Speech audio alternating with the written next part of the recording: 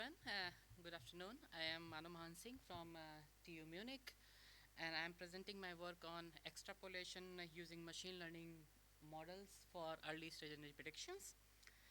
So if we look at energy demand, and I hope everyone can agree that no matter which engineering domain we are, we all have to save energy, and we have to especially consider it toward buildings because the buildings consume almost 40% of the global energy. So if we focus on energy saving in buildings, then we can save a lot of energy.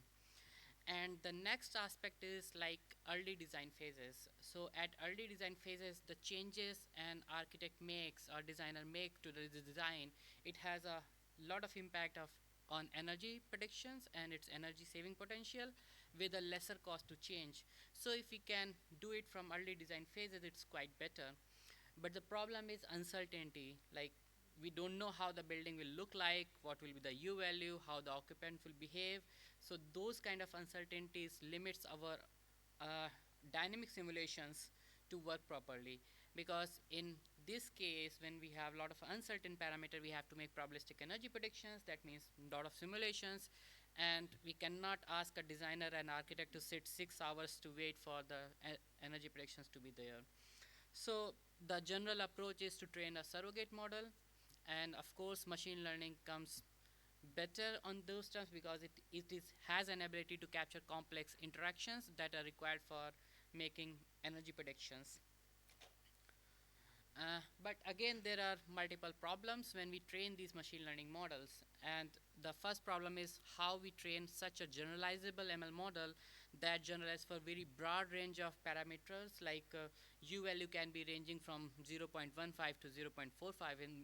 In some cases, can be even 0.85.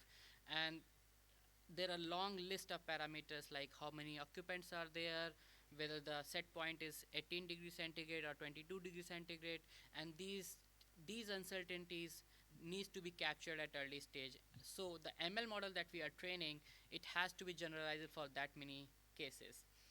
And the another thing is the range of geometrical variations. So even we don't know how building looks like, it can be a rectangular, it can be a very complex form, it up to the architect's dream how it will be. And so if we are training an ML model, it has to be generalized for all the geometrical variations that are possible and so on.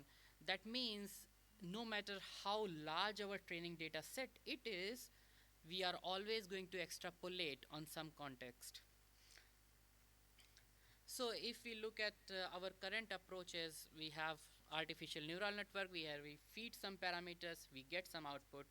In this network, if we notice that the geometry is represented by very number of parameters like floor area, volume, or relative compactness, that means geometry is not represented well in these ML networks.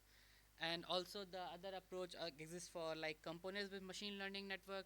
Again, it's a complex network based on a complete pipeline where we have predictions through lower level models, but still it doesn't uh, achieve the accuracy when the geometry evolves to a complex form. And in this case, we have a good approach from convolutional neural network to capture the building geometry. In most of the cases, we have heard about convolutional neural network for two-dimensional images, where we represent the images by pixel, and then we can make the energy predictions. But for buildings, we have to come up with something additional. So we propose this convolutional neural network for energy predictions, where we have one simple model, which is ANN, connecting all the parameters and making the energy use intensity predictions. But then we have three-dimensional mass model, which we process through convolutional neural network and add with the normal features and try to make energy predictions. And my hypothesis was that if we do in this way, then the ML network is able to capture the geometrical effect of geometry on the energy predictions and its interaction with other parameters. And for this case, I took the case of medium-sized office building in Munich, Germany, and then we defined this min and max range for creating a training data set. Then on both sides, on the left side and the right side, I decrease the range, and right side we increase the value, and then we get another extrapolated data set. So that's the first data set on left and right, and the extrapolation data set doesn't contain the number which are in between the min and max value. And then another data set we created, the second left and second right, and then we have four data sets in total. That's the parametric variation that we are talking about, where we vary the flow area, volume, and those kind of situations. But we have non-parametric variations like building shapes. So we have the training sample and test sample A, where we have few building shapes. Then we added additional shapes which are not included in the first training data set, and another set. So we have created multiple data sets to test that whether our approach is working or not. We have training data set, and then we have extrapolated data sets, both for non-parametric and parametric characteristics. And these are the results. So first we have checked how the ANN is performing and how the CNN is performing, and the test data set A and B. The data set A and B differs from the geometrical variation, and if it's A, that means the parametric ranges are still within the training samples. We can see that like these are the residuals plot. So if the points are close to 0, that means we are making the perfect prediction, and if they are away from that line, then we are making some errors.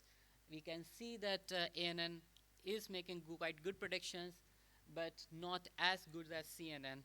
And if we also go for the filled pointers, those represent the shape variations.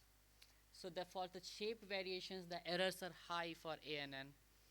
And if we go for extrapolation dataset 1, then we can see there are many samples which are below even -8%, and that means the NN is not performing well and CNN is still performing well. And similarly for the second extrapolated data set, where we have large range going almost ±20% beyond the training samples, then we can still see that the maximum error for the CNN network is around -7%, while for ANN it's like many samples are even below 8% of error. And even on the positive side, so it's not only under prediction, it's also over predictions, because errors are distributed on the both sides, not only on one side. Usually we expect that when we train ML network for simple geometries and test for complex geometries, we always have under predictions, but that's not the real case. It's also over prediction and under prediction both. So what we can conclude from this, that means it's a discussion still. First of all, the better representation of building shape is important for training a good ML network for energy predictions. And when we say that, okay, CNN is performing better, anyone can argue that, okay, it has more parameters. But it's not just about more parameters, but it's also about how well the geometry is represented in the ML network. And still, I will say that convolutional neural network, or the 3D voxel representation that we use in this paper, is not the perfect solution, because it's a very sparse matrix. We have a lot of zeros in there, which has no meaning at all, but we need to keep them because we have to be consistent with the overall data structure. But if we go for graph neural networks, or the better solution which can represent the building geometry or building shape with other parameters, well, that will be much better situation. The second is, like, especially I have been always questioned how and why you selected the parameter ranges and why these ranges. Currently, I selected these ranges based on national standards or the usual practice of in Germany. But of course, for much more rigorous analysis, I will suggest to exploring more into design practices and what are the possibilities there. Because I apply ±20% on all the parameters, but that's not true. For some cases, we can really define into ±5%, and for some cases, we cannot know even ±50%. For number of occupants, we don't know even now how many will be there when on a particular day. And the last is acceptable range for energy predictions. So that means whether the errors that we are making, whether they are sufficient or they are okay or not, and it's still a question. And I have a research article written on that topic, that how much error is allowed so that our comparative assessment or early design doesn't have any effect. Finally, the conclusion. So in extrapolation case, we have found that, okay, the CNN performs well on both the cases, better than ANN, but also ANN has a good performance, and if it is related to training time and everything considered, then you might consider that using ANN if the geometry is not complex. And that's all from me, and that's my web page. You can visit that web page and you can find how this CNN is used for making energy prediction for a lot of complex shapes. Thank you. Thank you very much.